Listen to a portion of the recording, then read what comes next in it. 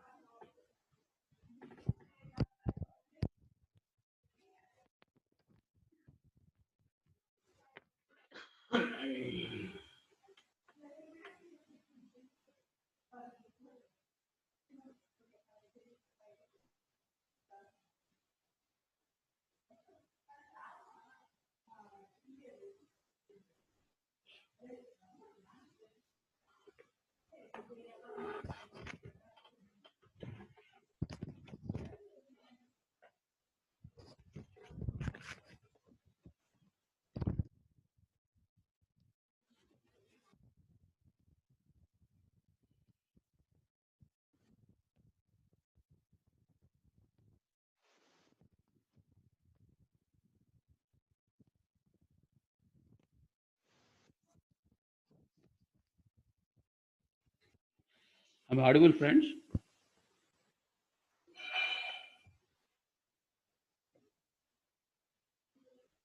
Perfect. We'll wait for 2 more minutes so that if at all some more people want to join, let them join. Okay.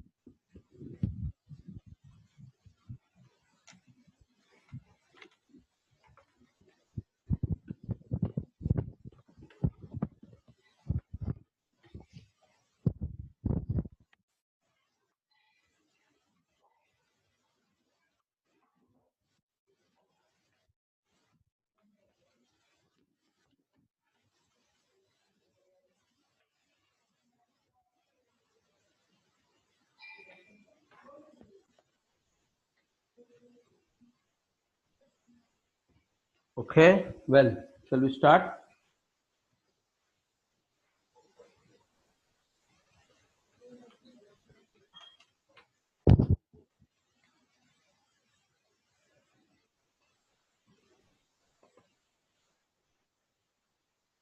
Wonderful.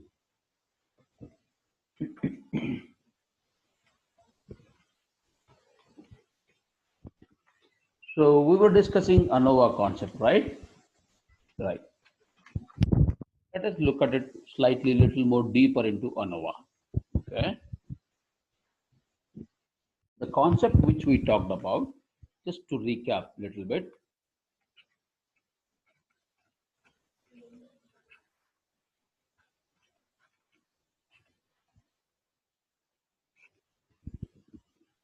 So you have a land, you divided the land into 4 segments,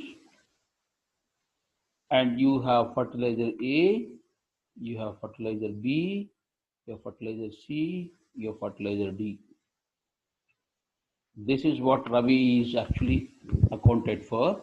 And Ravi has to decide which fertilizer is actually giving more impact or giving more yield of the paddy on given any of these 4 parts of the lands. Okay. So we have discussed yesterday, and finally we looked into the few assumptions. One is you do the randomization, you maintain the uniformity, or blah blah blah. What we looked into those things yesterday. So in what we ended up is to writing a few formulas and arriving at something called total deviation. Total deviation equals to something called within deviation, right, plus between deviation. This is what we arrived at, right? This within is called background noise. This you cannot control. This you can control. This you can control. This is uncontrolled. So your error is a combination of, your total deviation is a combination of uncontrolled error plus controlled error. This uncontrolled error, what maximum that you can do is you try to minimize this as much as you can. So this is what we discussed yesterday. Let us look into the same spreadsheet what we have. Let me go and open the spreadsheet. Give me a minute.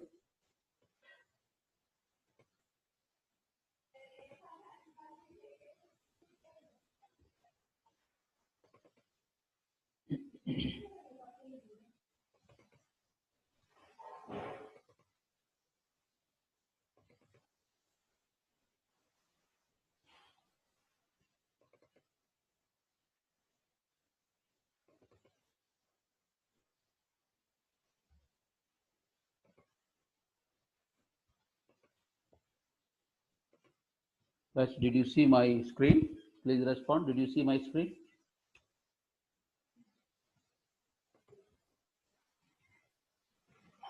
Wonderful. So this is the data set which we picked it up yesterday. We looked into it and we have come up with few formulas.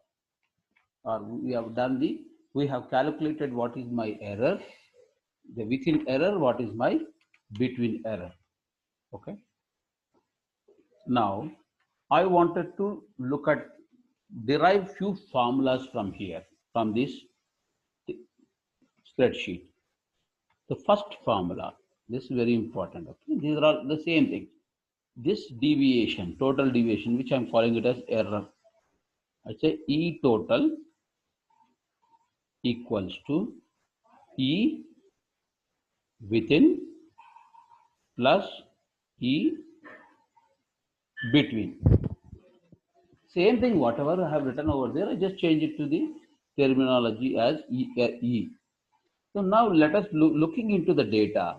There are few things which we can arrive at. What is that? Now, you remember all the values A, B, C, D, all these 4 fertilizers. This fertilizer has 4 values. This fertilizer has 6 values. This also has 6 values. This has 8 values. So your Na is 4, Nb is 6, Nc is 6, or N8 is 6. That means size of this particular fertilizer sample is this much. This we have done. Yes, we calculate. So now each element, we also said that this is represented as Ya1. Like this, we named it as yesterday. That's what we did. So now what I want to do is, I want to calculate little more. Listen, Ya1 equals to Y bar bar. That means this is a grand mean. This is a grand mean plus error within for A1 plus error between for A1.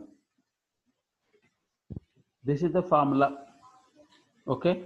This is actually, this is somehow, this is called as additive model. This is called additive model. We'll talk a little later down the line. Okay, but let us verify this.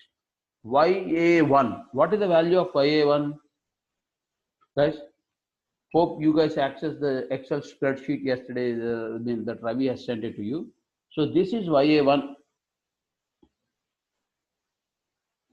What this is the Ya1. Everyone, is that clear? So the value I'm taking this as, this is, what is this? 62. What is Y bar bar? Y bar bar is a grand mean. What is the grand mean? Grand mean is 64. So this is 64 grand mean plus error within. Where is the error within? Error within is here. This is how much? This is 1. So this is 1. Okay. Plus error between. Where is the error between? Error between. Let's go down.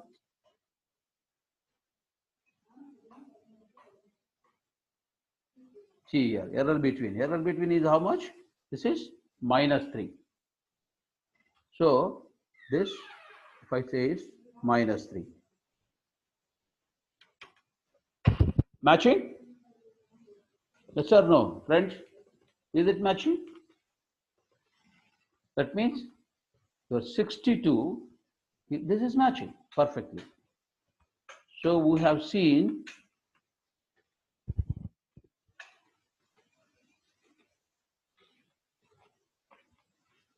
okay.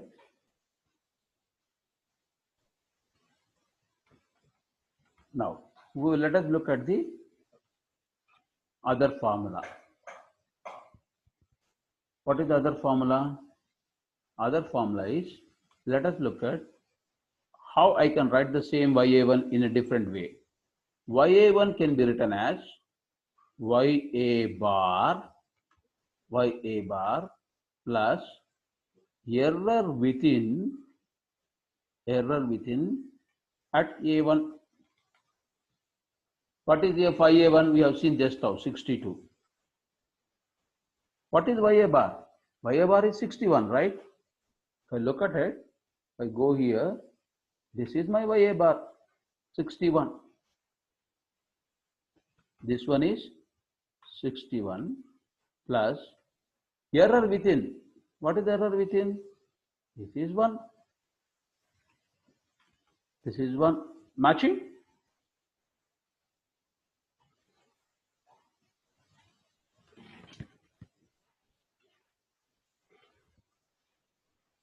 Friends, are you with me?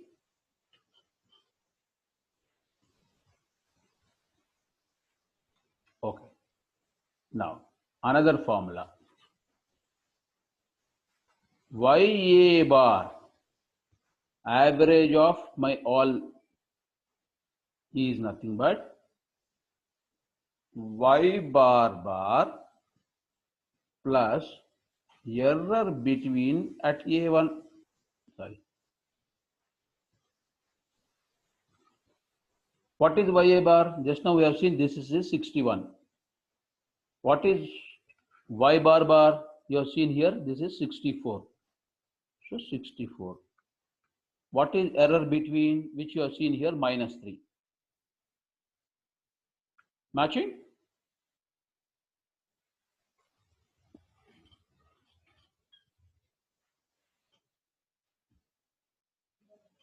Friend, you're fine, right?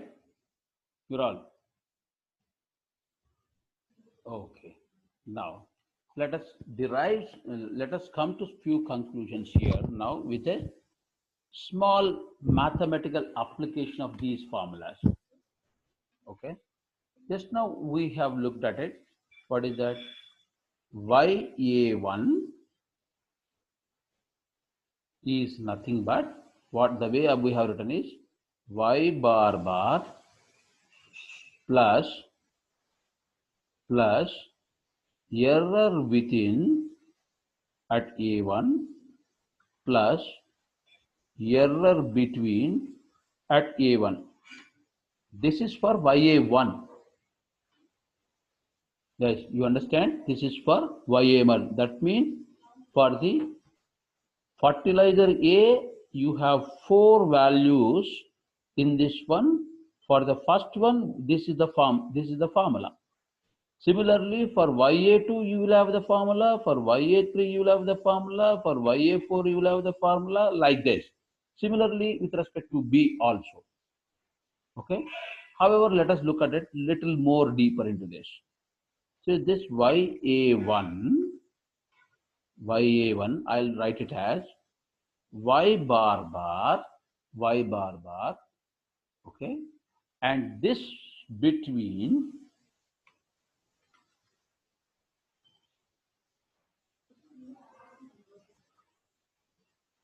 okay. What is this between? This between is called as treatment of A. Treatment of A. Basically what it is, treatment A. That means this entire between is all about with respect to A only. There is no other element is involved in this. Okay. So this one I name it as, this I will call it as TOE A1.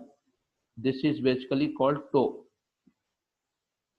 So the same formula here we will write it as, we will be writing this as a EW, that is within A1 plus TOE A1, because this is between it with respect to one particular season values. Okay, same thing. I have not changed anything. With respect to A1, I am putting it as TOE A1. Friends, are you with me? Any doubt here?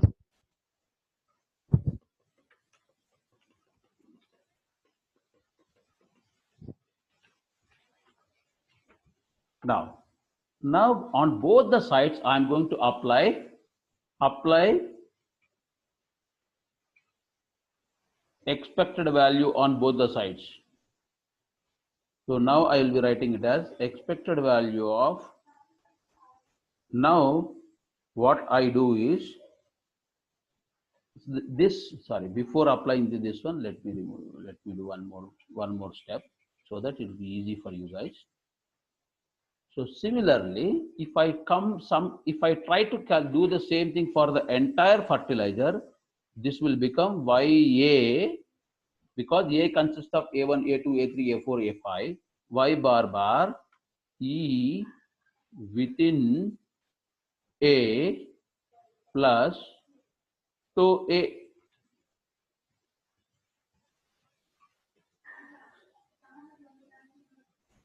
To this equation, you apply expected value. You apply expected value on both the sides. Then this becomes expected value of YA equals to expected value of y bar bar plus error within at A plus 2A. Now send this expected value inside. Then this becomes expected value of y bar bar plus expected value of error within A plus expected value of 2A. What is this value? The grand mean value is nothing but this is your population mu. Expected value means you are trying to end up the, this will be the final value of your mu. Okay, this is mu. And what is this within error? Within error, if I take it here, if you look it into within, if you look at this is the value, this we are talking about A. The expected value of this is the entire error will be always it is 0, because that is why we are actually what we are doing it because the sum of this error is becomes 0. So we are translating this error to find out the magnitude by squaring this one and translating the mean into your standard deviation. That is, you are getting into the sigma square, which is nothing but standard deviation, and which is also in a way it is nothing but your variance. So this becomes 0. Expected value of any constant is nothing but a constant. We have learned all these principles. So what is this expected value of A, YA? I call this as a, explicitly I may call this as a mu A. That means mean of the sample A, the fertilizer A. This is for the whole population, but this is only for one particular fertilizer part of it, because this is expected value of the grand mean. That means it is considering all 4 fertilizers. So their mu is their population mean is nothing but a mu. In another words, I can write this as a mu A equals to mu plus tau A. This is called additive model.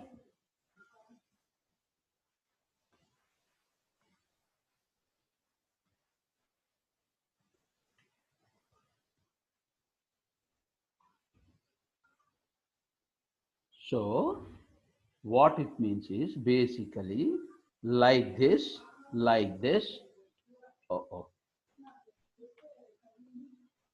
You will be calculating mu B is mu plus tau B, mu C is mu plus tau C, mu D equal to mu plus tau D. Right. Now, having said this, what will be my H1? The test of hypothesis. Test of hypothesis, basically what is it trying to do? What is that Ravikant is trying to prove?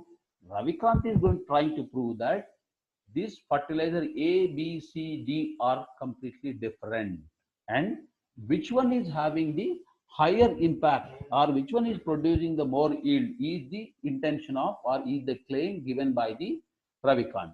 So from that statement, I can write my H1 as mu A is not equal to mu B, which is not equal to mu C, which is not equal to mu D. This is my H1. This is my alternative hypothesis. So what will become my H0? My H0 becomes opposite of that.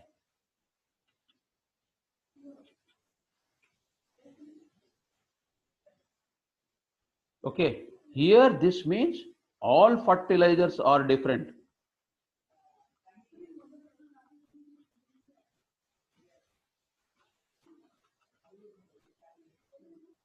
Or in other words, at least one is different.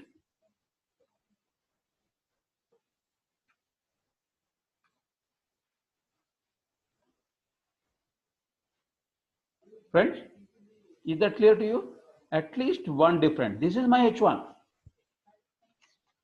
Any question, my dear friends? Okay. So now let us substitute these mu A, mu B values with respect to this formula. So let me write my H1, H0 first. Let me write H0. What is mu A? Mu A is nothing but mu plus 2A equals to mu plus 2B equals to mu plus 2C equal to mu plus 2D. What is this tau A? We have seen just now, a few minutes back, tau A is my between error, right? Error, this is because what I'm trying to do here I'm comparing fertilizer A, B, C, D. And the error is with respect to that, tau A. So because if I look into this kind of a comparison, this gets cancelled. This mu gets cancelled. Now what will be remaining? Here you will be remaining, your H0 is tau A equals to tau B equals to tau C equals to tau D. We actually started with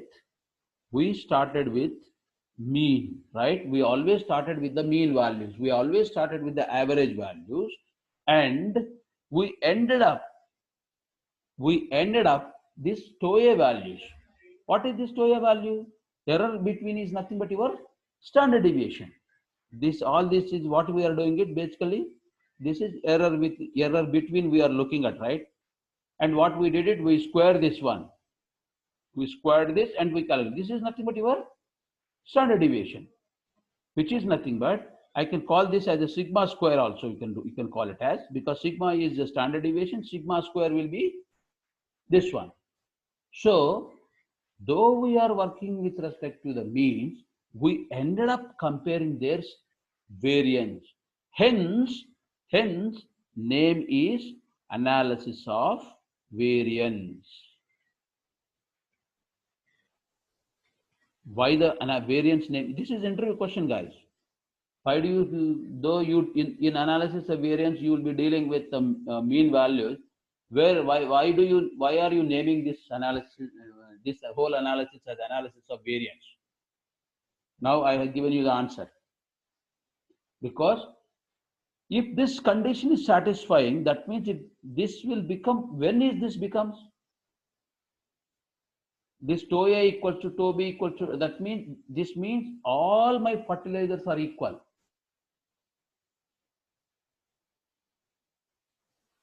Right?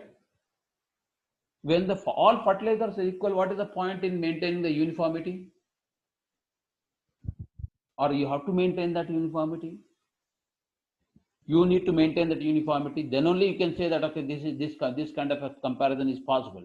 So when you are trying to compare, your background noise, which is within error, which is you are keeping as low as possible, but whereas the other one you are trying to control this one. Okay. The question one, why it is called as analysis of variance, I just explained. Though you are dealing with all your mean values, you end up into comparing the variance value, variance of each and every fertilizer. Okay. The second question, why the hell I should do all this? Because now let's say you have four fertilizers here. Anyway, we know two sample analysis, right? We have seen the two sample analysis. There you write your H0, H1, something like mu1 minus mu2 greater than 0 or equal, whatever it is, not equal to 0, whatever it is. So when using this also, you can try it out. What is the big problem? Now I may have four samples here. Okay. So now I will take 2 to 1 and then try to compare another 2. I can also do this way. Why should I use ANOVA? You can't do that. You can't use this 2 sample test here, mainly because in every 2 sample test, okay, you are considering here alpha, you are considering alpha here, You're considering alpha. Let us assume that you have taken alpha 5%. So when you try to compare, to using this two sample test of these four fertilizers, then you are actually, your alpha values are getting added up. That means what is this alpha? Type 1 error. That means your error is going up. What analysis of variance is trying to do? It is the whole family error is whole family alpha equal to 5%. It should not exceed more than 5%. Guys, this is the second interview question. Many people don't even know. Even some people might have done the PhD, still they struggle if you ask me, if I ask you this question.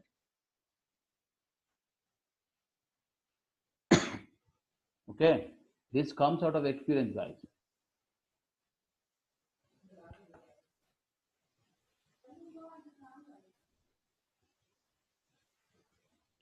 Clear? Any question before I move on?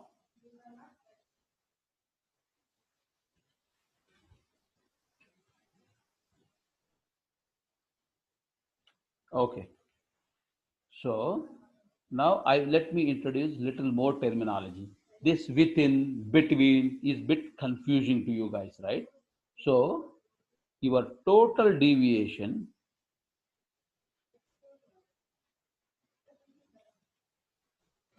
which we are calling here, right? Your total deviation, we call this as TSS. These are the standard notation. This is a notation, guys.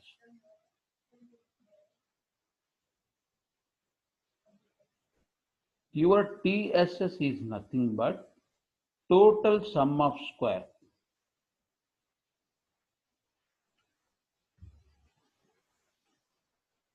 That is what you have done, which I call this as SS subscript T. Sum of square total. Similarly, I will write this as within deviation. This is also called as RSS, meaning residual sum of square. I can write this as SSR, or sometimes I can write this as SSE. E stands for error, R stands for residual. Both are same. Both are same. Between deviation, I am not going to tell you right now, but here this we will putting it as SSB, sum of squares between. The formula here is your TSS is nothing but RSS plus your SSB. The same formula only on the top, which we are now talking in terms of notation. That's all. There is nothing new about it, but this you need to know, because in the textbooks, when you go and read some material, they will be using this kind of a notation. Notation can change from book to book, but the concept remains the same, guys. So in other words, I can write it as SST is nothing but SSR plus SSB.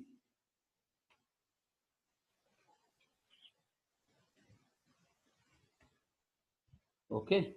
Now I would like to give you little more different formulas for these things. Let us look at SST. What is the formula for SST? What is the definition? By definition, SST you will be talking about.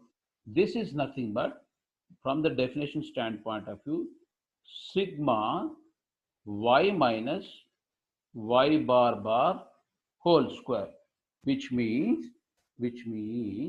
if I take this one, this entire thing, this minus your grand mean is your total error. That is what we found at below. You see here, total. This is what it is. Okay, and we also talked about it. This is something like, though the values are different, but numerically their values may be different, but statistically they are equal. So let us come back to the same to the derivation part of it. Now having this is the formula. Instead of A, B, C, D, when I am clubbing everything, Y means everything, basically A, B, C, D, all. That if I subtract with my grand mean, that is what the total error is all about. Did you convince with my statement, my dear friend? Please respond. Okay. Why? Can I call this as, when I'm talking about all four populations, then I can call this as a mu square. This means sigma y square plus mu square minus 2 mu y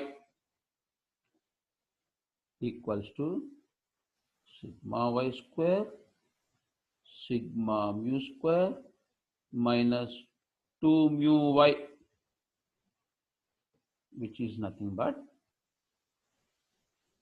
sigma y square plus sigma mu square. So since there are this sigma, now you have, let's say, A, B, C, D, we have 4 populations, okay? So that means this becomes 4 mu square, which I will write it as, if I have n samples, then n population, then I will have this n into mu square. These are all fundamentals mathematics guys. I have not done anything new. I'm not injecting any new formula here.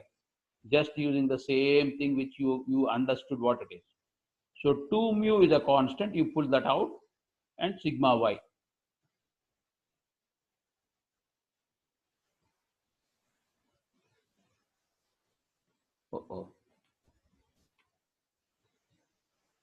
Okay. Now sigma y square plus n into, can I write this as sigma y by n whole square? Mu is nothing but a mean. That is nothing but sigma of y. That means all populations total sigma. So average I am looking at it. Okay.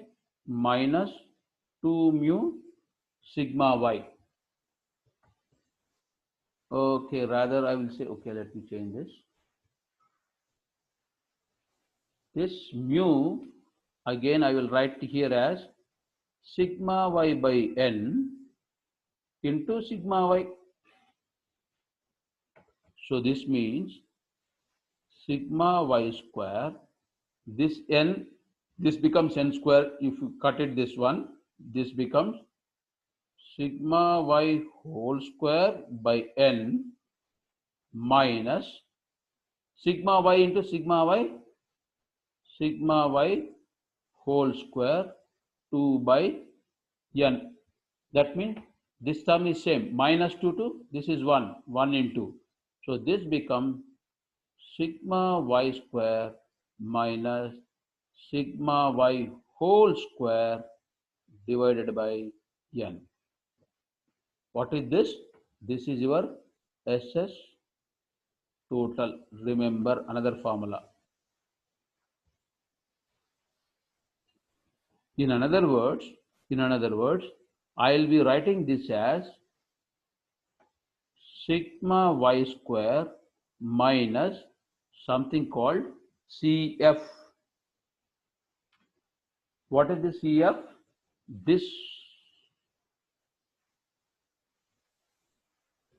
called correction factor.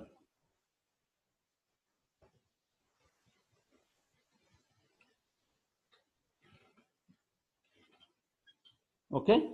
Similarly, if I can go on deriving the values for other for other stuff. Okay. SSB, I am going to give you the formula. I'm not going to derive you the right away because it will make you bored. So this is nothing but sigma ya whole square divided by na plus sigma b whole square by nb plus sigma yc whole square by nc plus sigma yd whole square by ND minus correction factor.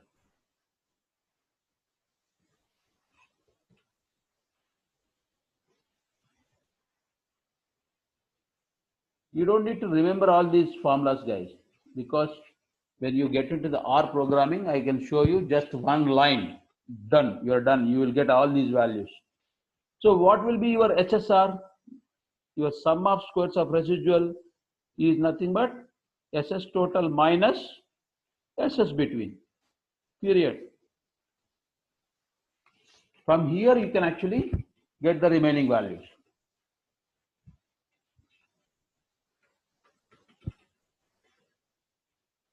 Okay? Okay. So I would like to show you something here. When I wanted to prove in the Excel sheet, okay, how this is going to really work for you. Let us look at this. Let us go into the spreadsheet. I am creating a new spreadsheet. Okay, taking these values.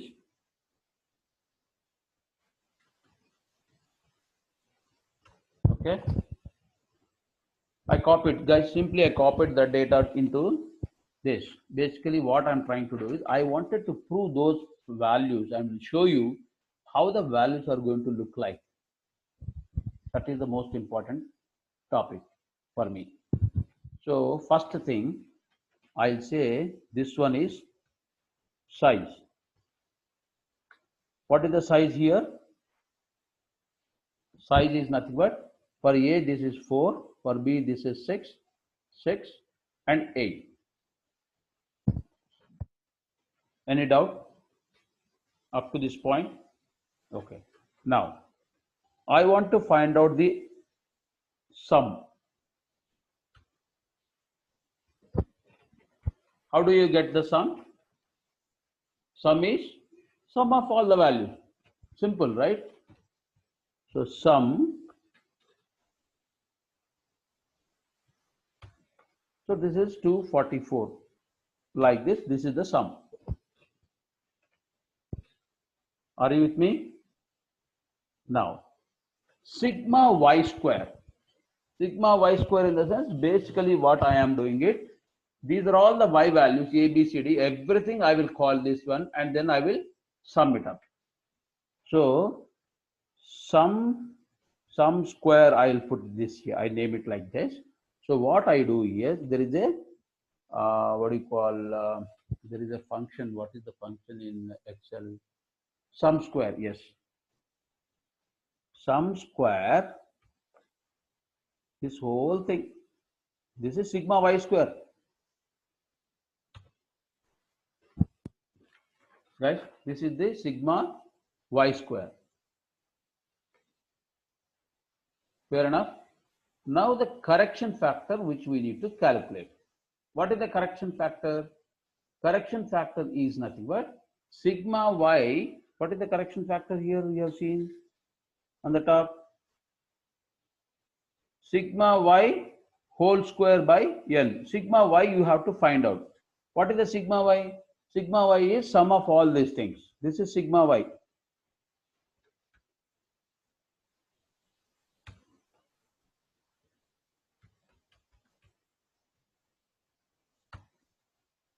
This is this one. Now whole square this divided by n. That is what the correction factor. Your correction factor is this whole square. That means I am multiplying the same thing once again divided by your n. N will be 4 plus 6 plus 6 plus 8, 24.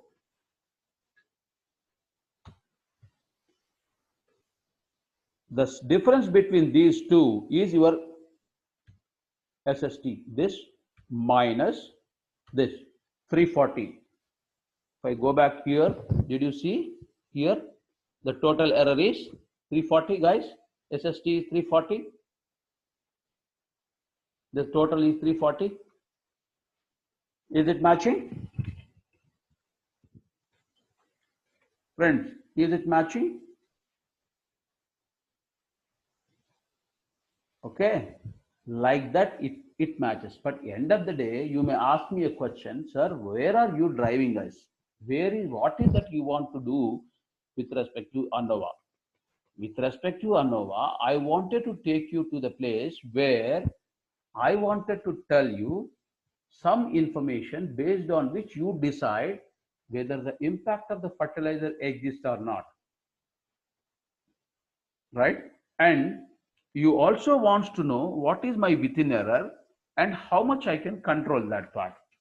So very simple. In the Excel sheet, you don't need to really worry about all this thing. All you have to do is go here, go into data analysis. It will open up a dialog box. You can see here ANOVA single factor, ANOVA two factor with replication, without replication. Right now I'm choosing ANOVA single factor. Okay, it will throw you a dialog box. This input range is nothing but this one.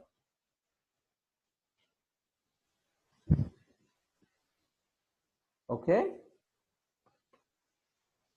Now grouped by columns. I want, because each one is a column. This is what I'm mainly concerned about, and I'm considering my labels in the first row. And my alpha is 5%, and my output range is going to be here.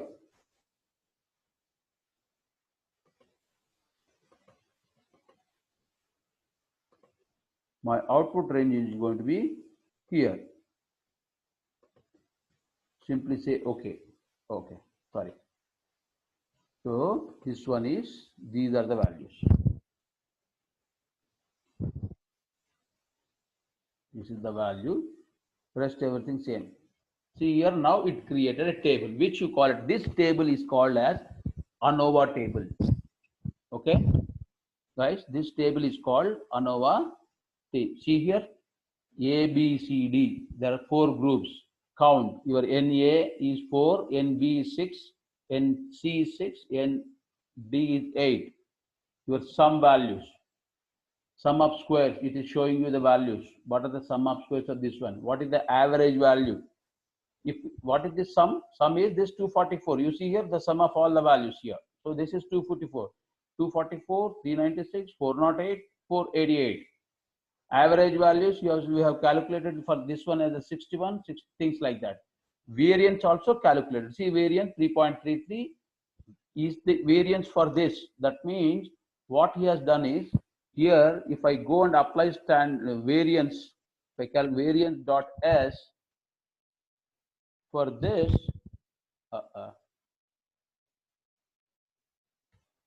var dot s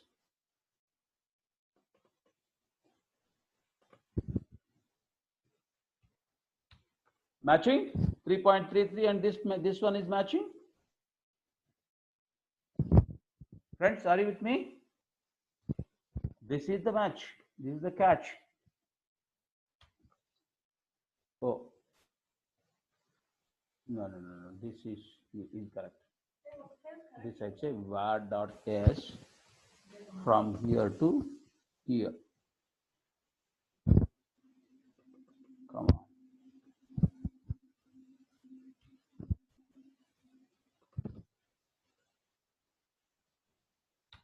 Matching. Here is the 8. Here is the 8. Same case, the same story with here also. It becomes 2.8. There is also 2 point. Here this is var dot s.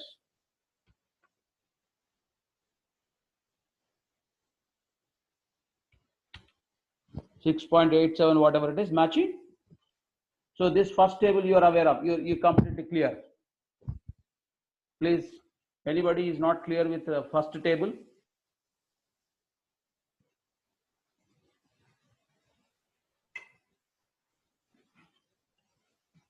Okay. So now the second table is called ANOVA table. You see here between the group. That means error between, within. So this row is all about comparison with respect to the errors. See your SS is 228. What is the 228? This is error between. If I go here, you see here, where is the 228? See here, 228 is between here, 228. Error between. So this SS, the sum of square between the groups is your 228 is this error. This is your within. This is the background noise. 112. Where is this? See here, 112.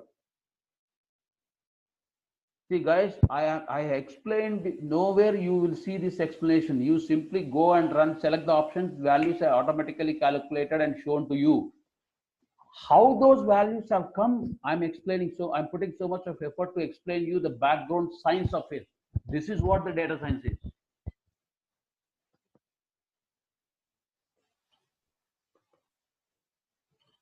Okay, now degrees of freedom. The total you have seen 340. So degrees of freedom is very interesting to know. What is the formula for degrees of freedom?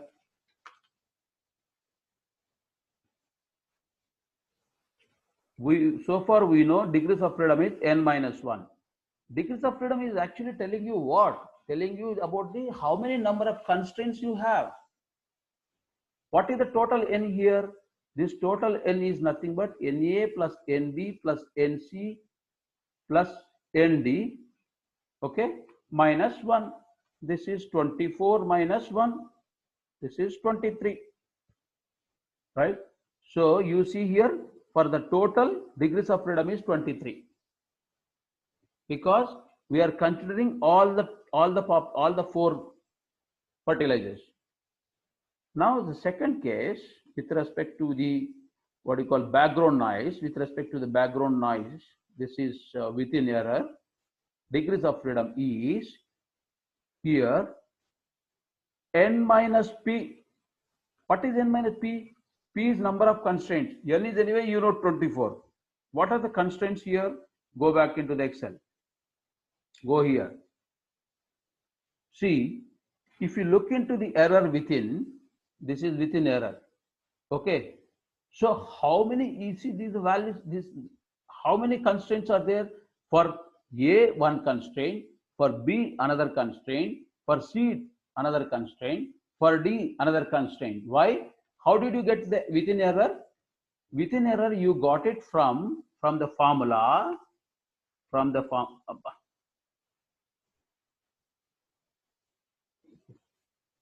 you got this error, this error within, you got it. How did you get this?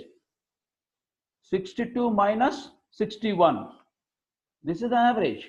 So here you have one constraint, one equation. Here you have another equation. You have here another equation. Here you have another equation.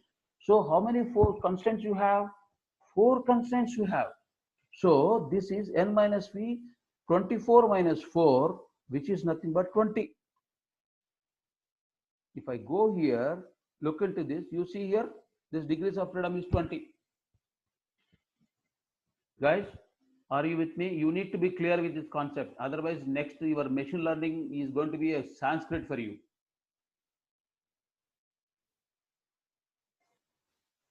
Are you clear with this? Please respond. You know how you got the 20. Wonderful. Now, between, if I go here, how are you actually calculating the between?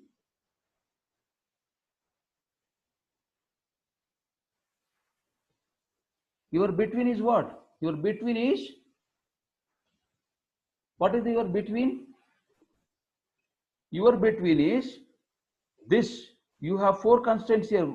This minus this, grand mean. 61 minus 64 minus 3. That is how you got the value. So this 61 is what? Is an average, but still this minus this. That means again you have 4 P's, 4 constraints. So for the between, degrees of freedom for the between is P minus 1, which is 4 minus 1, which is 3.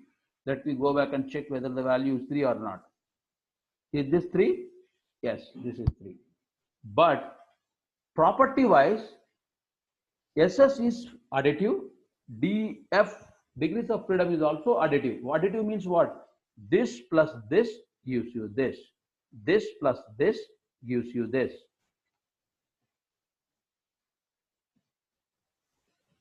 Are you with me, my dear friends?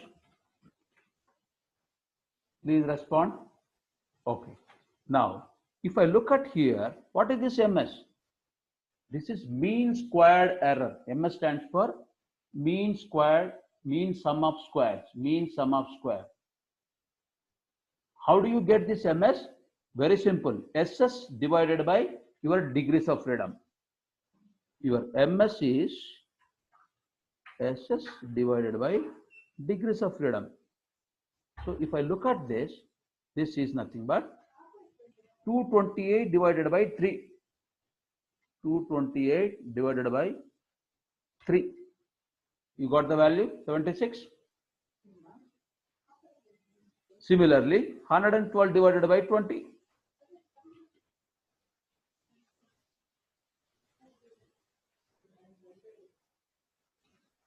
This is 5.6. Matching?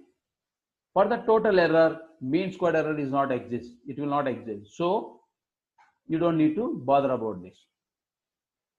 So, there are two more things which you need to remember. P-value, we have talked about it, P-value. This is probability value. P method, you remember? P method. So, this you can get, you can actually look into it. So, this is actually almost 4.6 into 10 to the power of minus 10 to the power of 0.5 minus 0.5. That means it is very close, value is very close to 0. That means when null is slow, you remember when it is going to blow, when it is going to fly. When P is low, null will blow. When P is high, null will fly. Accordingly, you accept H0 or you reject H0. Okay.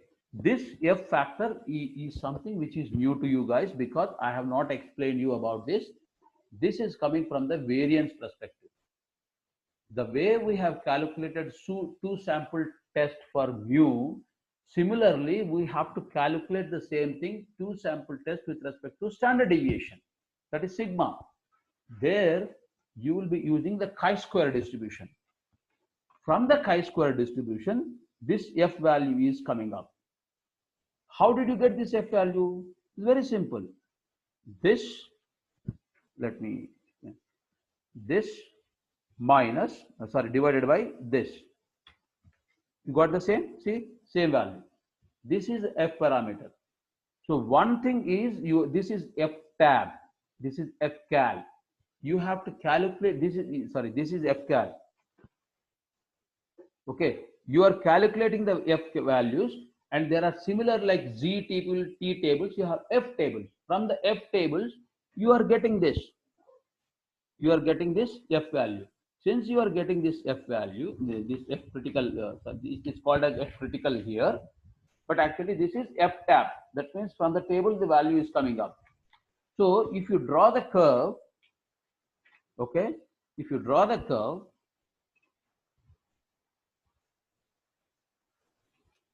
your curve is going to be like this.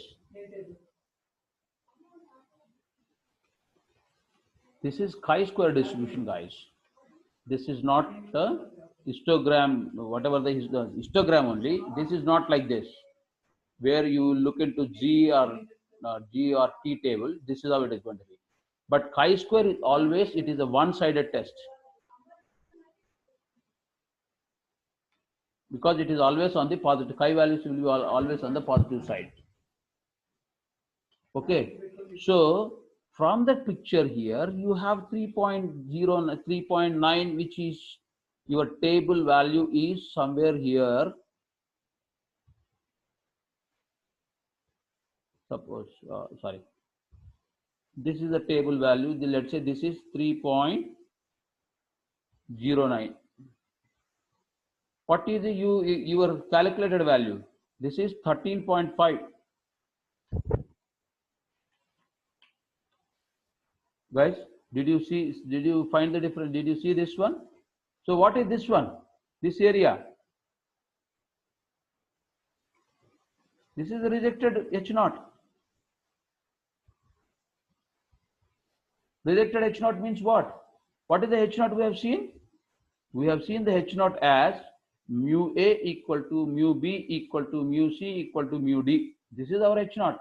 That means you are rejecting this. That means this is not right. That means they are not equal. That means there is a impact of the fertilizer exists. Impact of the fertilizer exists. Point number one is proven. Point number one is proven.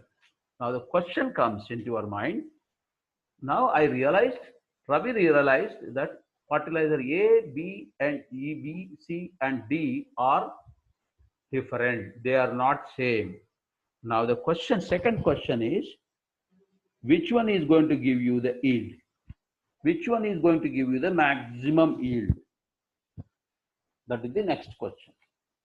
So if I get into this question, it will take me to explain you, to show you with an example of how it works and everything. It will take another 4 to 5 classes, my dear friends. Rather, I'll show you what are the various methods. Okay. But in R programming, when I show you the R programming, there I will show you up how the values are going to, how you are going to decide which one is giving you a better yield. Okay. But right now, I am not going to explain the concept of this one because it will take 4 to 5 more classes for the same thing. However, there are 4 famous methods to find out which fertilizer is giving the more yield. One is, at least you can read this material whenever you get a time. 2 key method. Second, Dunnett method.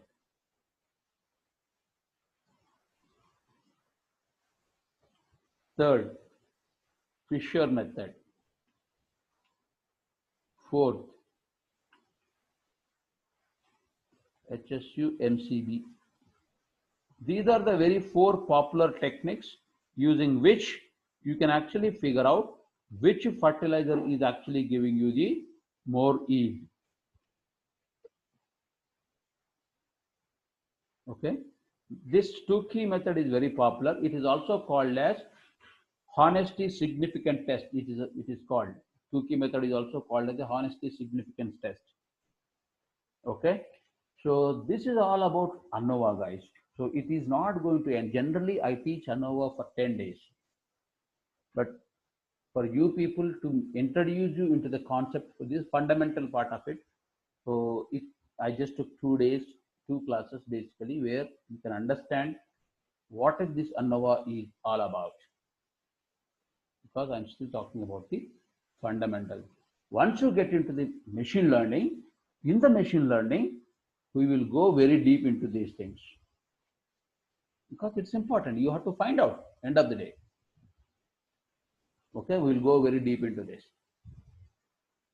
This is where your machine learning starts. So having said this, my dear friends, I am closing the ANOVA right now, and we will get into Monday. I will be taking you into the matrix algebra and the coordinate geometry and little bit of calculus. I wanted to cover the fundamentals of these things so that it will revive you in your thought process. Then Tuesday I will enter into so-called machine learning. If I keep your mathematics fundamentals aside, now I will say with a confidence, you are ready to learn machine learning.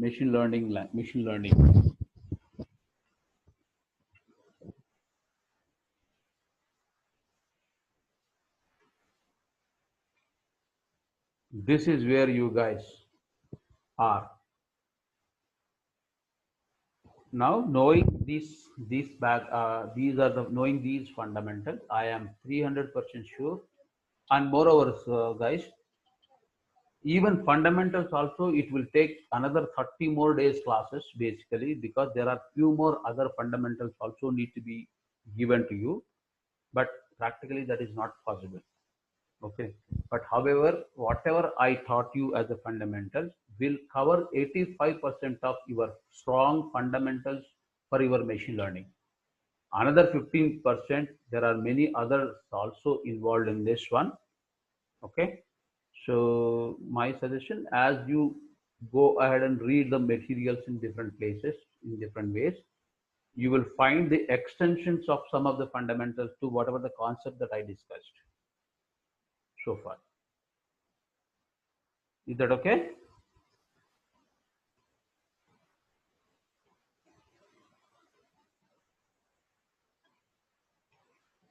Okay. So all these things, the two key, done net and all that, I will execute and show you in R programming. Tuesday I will run before I start the what do you call machine learning. Okay.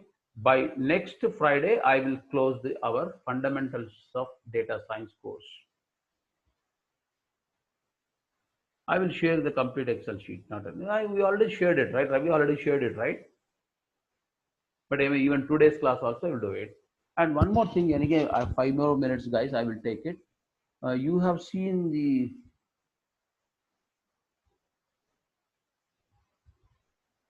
so you just saw one way ANOVA, or it is also called as one factor ANOVA,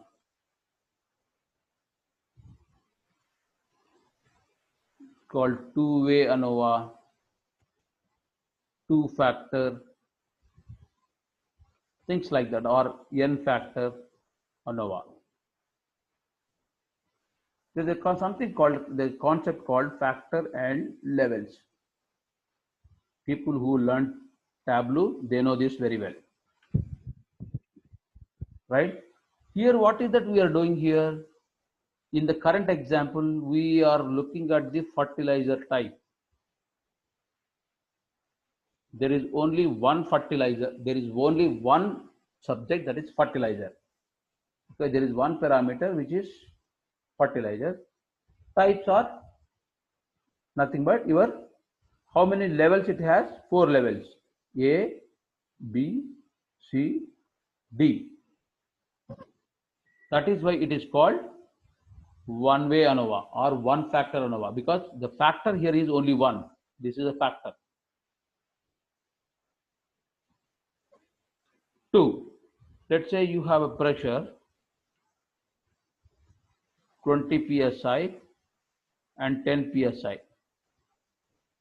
You have temperature 20 degrees Celsius, 10 degrees Celsius, 30 degrees Celsius.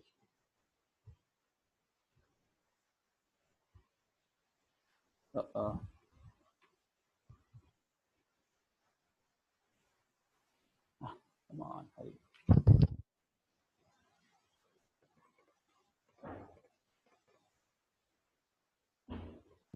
Okay. This you will call, here you have two factors, pressure and temperature. So pressure is one factor which has two levels. What is the two levels? 20 psi is one level, 10 psi is another level. This is the pressure. But temperature is having three levels: 20 degrees Celsius, 10 degrees Celsius, 30 degrees Celsius. When you're trying to use these two, it is called two-way ANOVA or two-factor ANOVA. Similarly, if you have n factors, then you will have n factor ANOVA. Another example for two-way ANOVA is, there is what do you call, software developer. There is a role called software developer. In that software developer, you have a junior developer, you have a senior developer, you have an architect. Now you have another factor called department. There are multiple departments. What is this department? Lending line of business, retail business,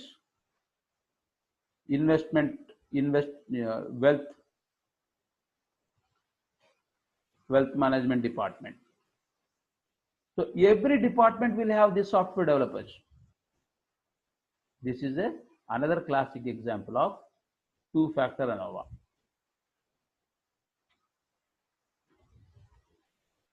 Guys, are you clear?